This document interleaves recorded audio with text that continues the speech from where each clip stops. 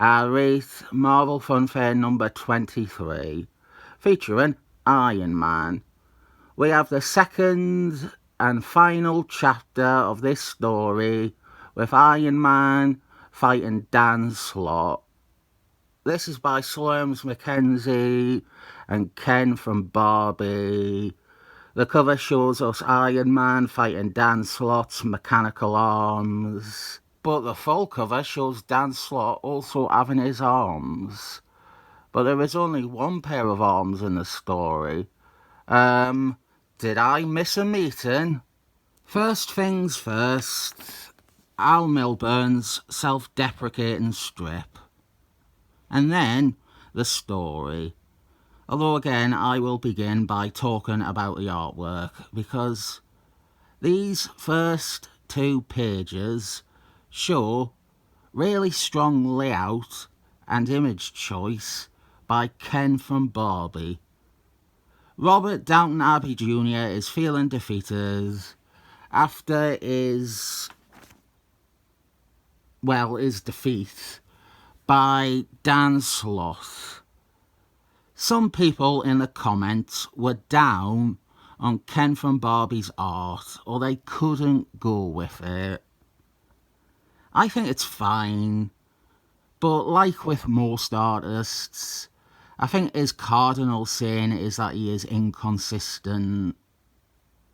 He has some great pictures or pages in him, and then some so-so ones, or worse, some bad ones. If you were as concerned as I was about Robert Downton Abbey Jr. drinking at the end of last issue and then the beginning of this issue, 5 pages in we get the reveal that it was non-alcoholic.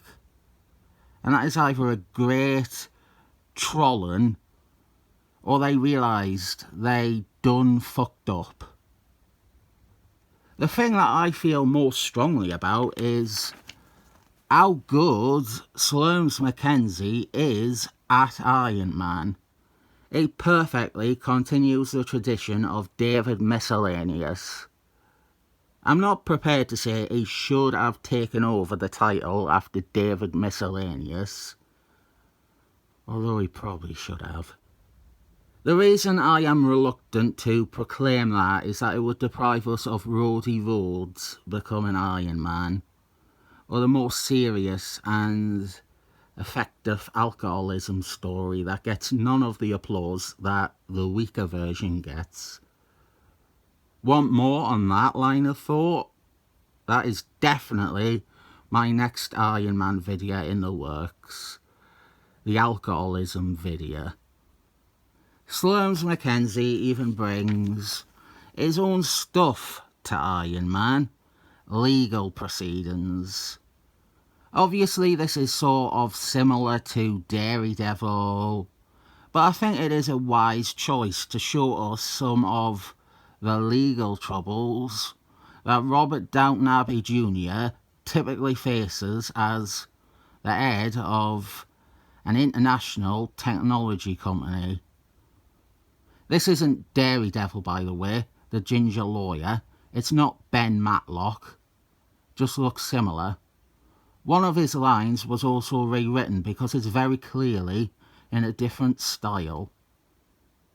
If you're disappointed that that wasn't a Daredevil cameo, it's got you covered. We have a short sequence of Daredevil and Turk. Turk is a fun character. I've talked about him a bit before. He is this lousy criminal who always gets worked over by Daredevil and forced into snitching. This is a bit of a stretch for me. After Daredevil, Iron Man shows up to independently also coax Turk into snitching. The reason is Turk worked with Dan Slott in a Slurms McKenzie issue of Daredevil.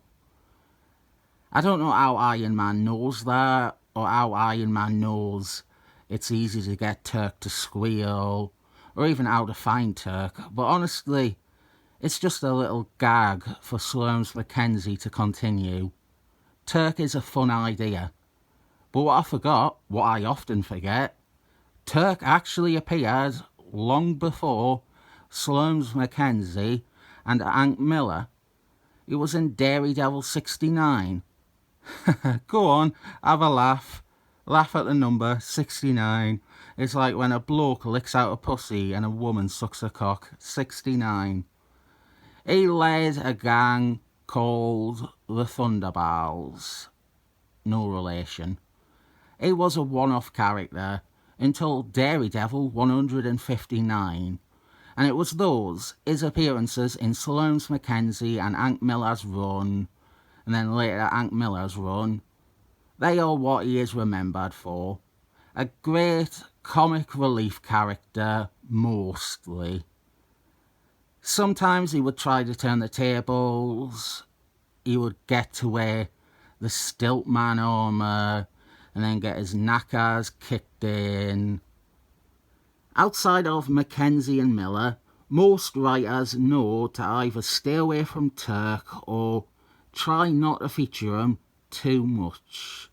He doesn't have anywhere near the level of appearances by other writers that you would expect for a side character from a revered run. Hank Miller's successor on Daredevil, Neil O'Dennis, he used Turk the most of any other writers, and even he only featured him in a couple of issues. After Hank Miller and David Masterkelly's Born Again, Turk actually only features once more in all of the first volume of Daredevil, in a fill-in issue, 351. Of course, then at the other hand, we have the bottom feeders. Kevin Smith used them, Michael Bryan Benson used them, English lit paper used them, and he used them the most of anyone besides Sloane's McKenzie and Hank Miller. I don't know what happens in a lot of Marvel comics after a certain point, but when I was looking around, I saw they gave Turk a fucking affinity gem, and they made him a member of an affinity guard. And fuck me, they are so awful. Marvel are bad. They are just without any worthwhile ideas. There is some incredibly silly supervillain stuff, with Dan Slott dressed up as a waiter when Robert Downton Abbey Jr. is on a date with the woman who he saved in part 1. Dan Slott takes her hostage, and we have some more cameos on this next page. The first one is totally my take, but Robert Downton Abbey Jr. is visited by a doctor that I have decided is Thor's alter ego, Donnie Warblake. The two basically knew each other's secret identities, so that works. What causes headaches is our Avengers cameo. Iron Man rings up Avengers' house, debating, getting back up for going after Dan Slott, and we see Vision, Charlotte Witch, and Captain Marvel's the real one, Monica Rambeau. Last time I pointed out our placement for this is annoying, and now it gets even more annoying. Both Marvel Chronology Project and that Super Mega Monkey guy didn't spot Captain Marvel's, the real one, Monica Rambeau, her boots coming down the stairs. So their placement for this story is dramatically off. For this Avengers team to work, it has to take place after Vision and Charlotte Witch return to the team in Avengers 233. But the problem is then that Vision is damaged in that issue until 237. This also means Elektra makes that appearance in Avengers 235 and 236. And so we can actually resolve that problem of him being in a different prison in part 1 of this story. But Robert Downton Abbey Jr. wasn't Iron Man anymore by that point.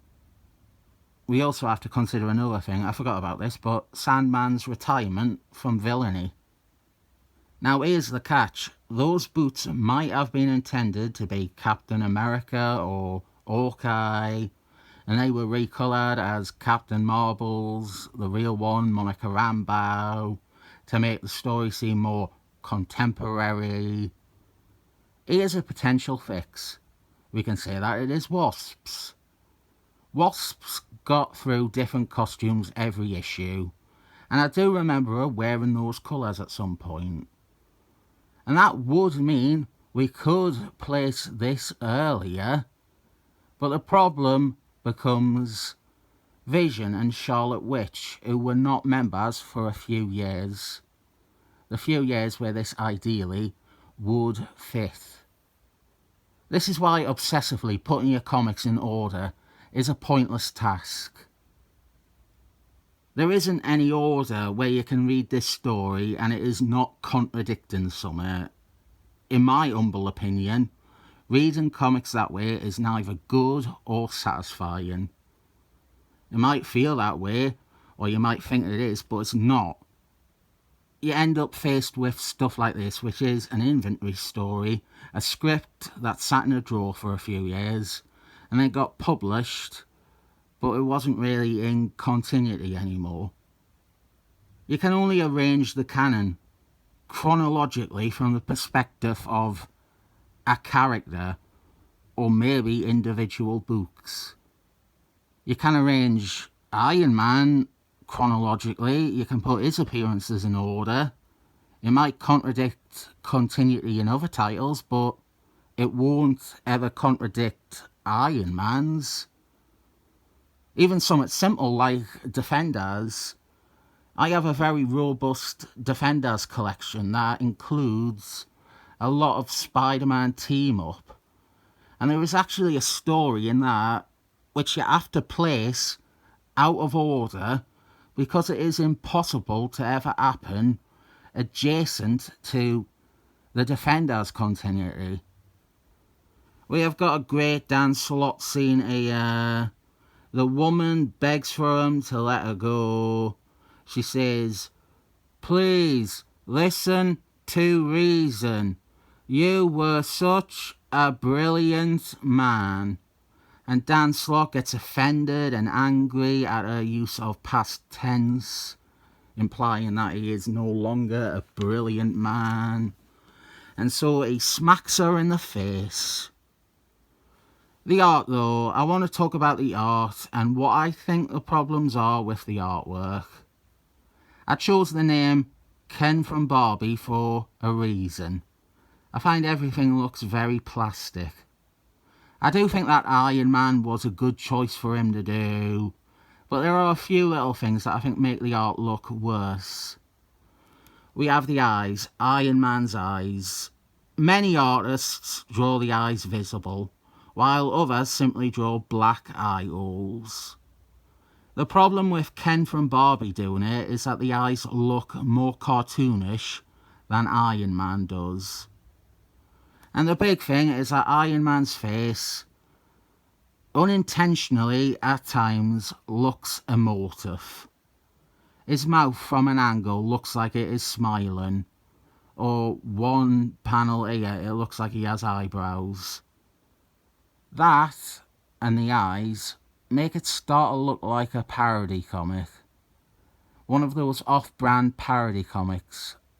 It looks like the Iron Man parody that would be in Affinity Charade or X-Force.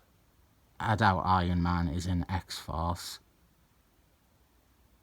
If you can handle the art though, we actually have a great story here.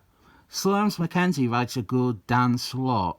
He obviously liked the villain, and him and Iron Man is a really inspired matchup. But in the end, hero conquers villain, and hero gets the girl, and the girl is never seen again. It's not over yet though, because we end with the corniest sitcom joke ending ever. Right, they're at the restaurant from earlier. Remember when they were at the restaurant and Dan Slott attacked? Dan Slott dressed up as a waiter. Well, now we're back at that restaurant and an actual waiter comes over to take Iron Man and the girl's order. And the waiter, wait until you hear this. The waiter, right, he says, oh God, this is so funny. The waiter at the restaurant says, do me a favour, just don't order the octopus. And they all have laughter over it. Another pin-up gallery featuring Ken from Barbie Art. Everyone and their mums did pin-ups of Coke and Pepsi in Marvel Funfare.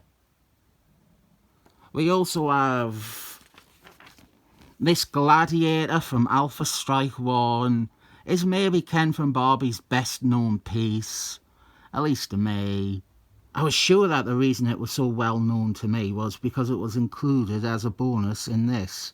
One of the first trades I ever got, but it's not in here. We have Doctor Strange. Very Love and Rockets, actually.